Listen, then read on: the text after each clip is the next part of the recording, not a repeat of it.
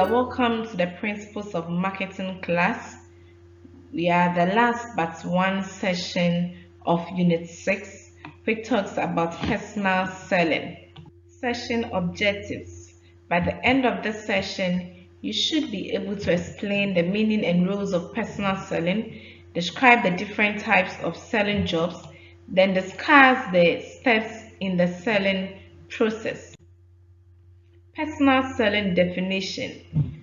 Personal selling has to do with a person-to-person communication between a seller and one or more potential buyers who provide quick feedback through words, gestures, and facial expression. This is self-explanatory.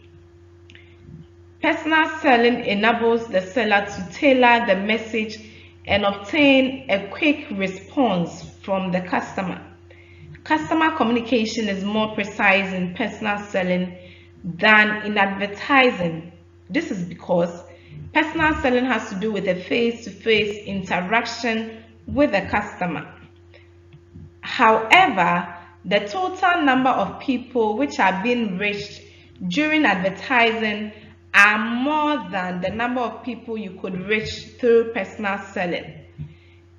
And you can also say that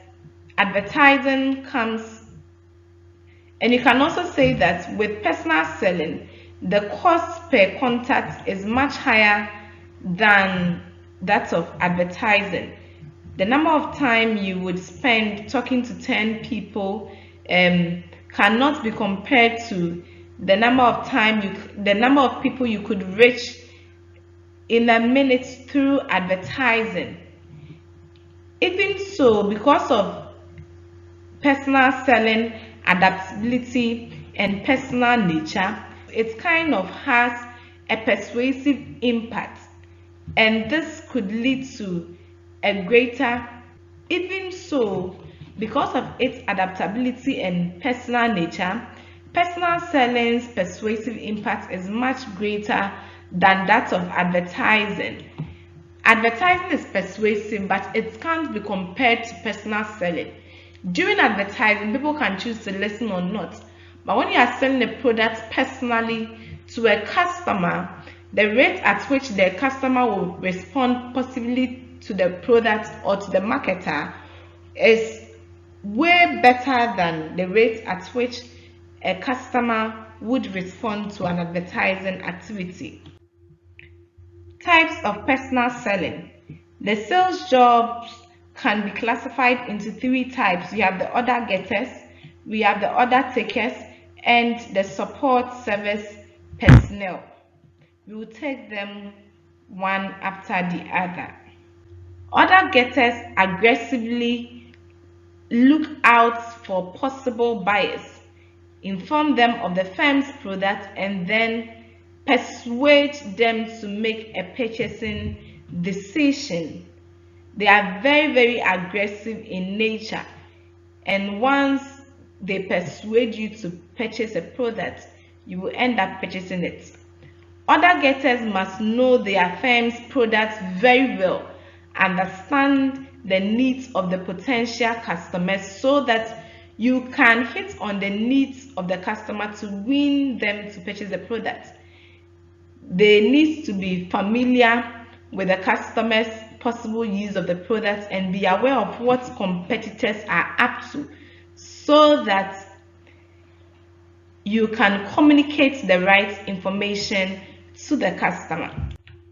Order takers. These are salespeople within or outside the business place who take orders initiated by the buyers. We have inside order takers and outside order takers. Inside order takers do receive orders over the telephone, on sales floor, and over the counter, such as in a fast food restaurant. These are normally called sales clerks, who sometimes make suggestions and assist buyers to make a decision, but usually their main job is to take sales orders. Outside order takers, These types of sales force visit customers to obtain orders. They do visit them to obtain orders. They kind of develop regular customers and primarily focus on obtaining repeat orders, customers who can consistently make a purchasing decision. These salespeople often check inventory, what they have, what are the different assortments available. They deliver and store goods, write up new orders, and service their customers. Outside order takers are mostly found in food and soft drink industries. Support service personnel. These types of sales force provide after-sale customer service and encourage goodwill with customers. They speak well about the product and they do well to establish a strong relationship with customers after purchase. They do not actually sell the product to the customers, but they also have a relationship with the customers. There are two types here. We have the missionary salespeople and the technical support specialists. Missionary salespeople are not permitted to solicit orders. They make calls to promote good feelings between the seller and the buyer. They also help customers arrange their own promotional activities, set up displays, and boost customer morale. So with this, we are talking about customers who purchase the product to go and sell to others. Technical support. These types of staff members provide the engineering and scientific knowledge which is being used to design the custom details of products. They communicate directly with the customer's technical staff. And often are on hand during sales call to answer technical questions. Once the sale is made, their role is to plan and manage product development, installation, and any debugging that may be necessary. So this works with both the marketing firm and the customers who purchase the products with the intention to go and sell to other people or reseller customers. So with these, they provide technical services to final consumers. It could be these multi-TV installers who goes to people's homes to install their Digibox for them. It's kind of talk about getting people who have the technical expertise to work on a particular product. Steps in the selling process. When it comes to the selling process, it involves some steps. We will take them one after the other. Step 1, locating and qualifying prospects. Prospects are likely customers. The first step involves in obtaining leads on potential customers, finding and classifying potential buyers of a product. You identifying who your potential buyers are. A lead is the name of an individual or organization that may be a prospect. Then the person can be induced to purchase a product to become a customer. They qualify as true prospects if they appear to have a need for the product and can afford it and have the authority to do so.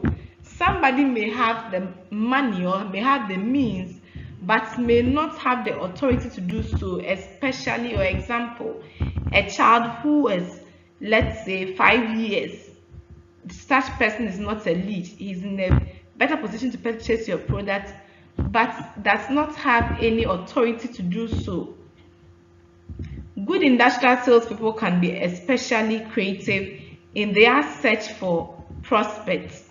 Step 2, after you have identified your prospects, you pre-approach them.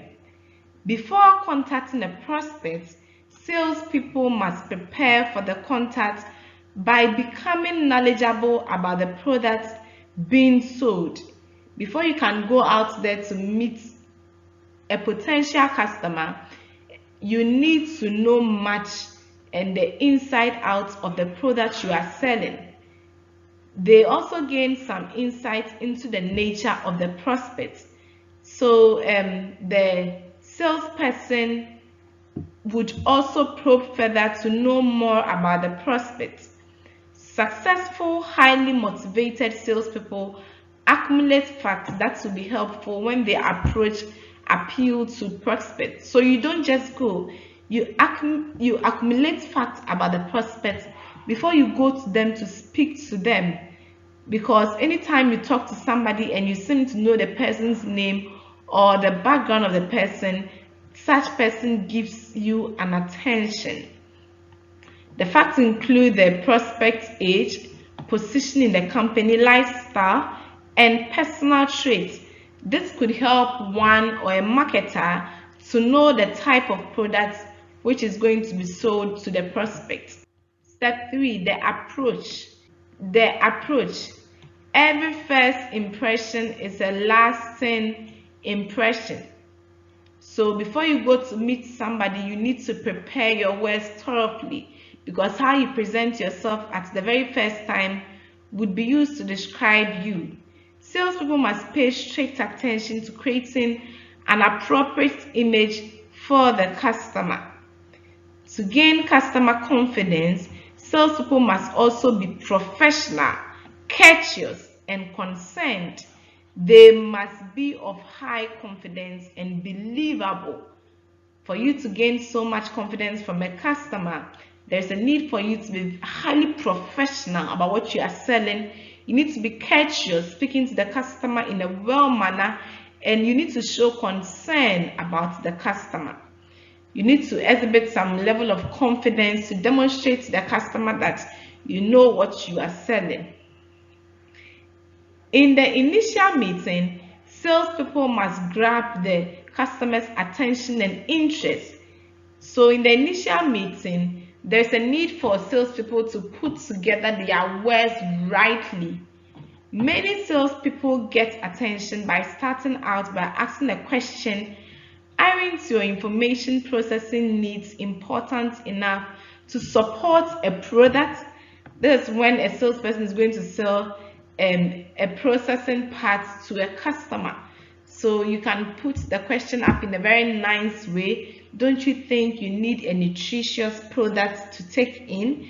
Don't you think if you fail to eat food as medicine today, you can be eating medicine as food tomorrow? That will draw the person's attention to you and would be keenly interested in what you are offering. Step 4, the presentation. Next, the salesperson delivers a presentation which is being designed to explain to prospects how the product will meet their needs.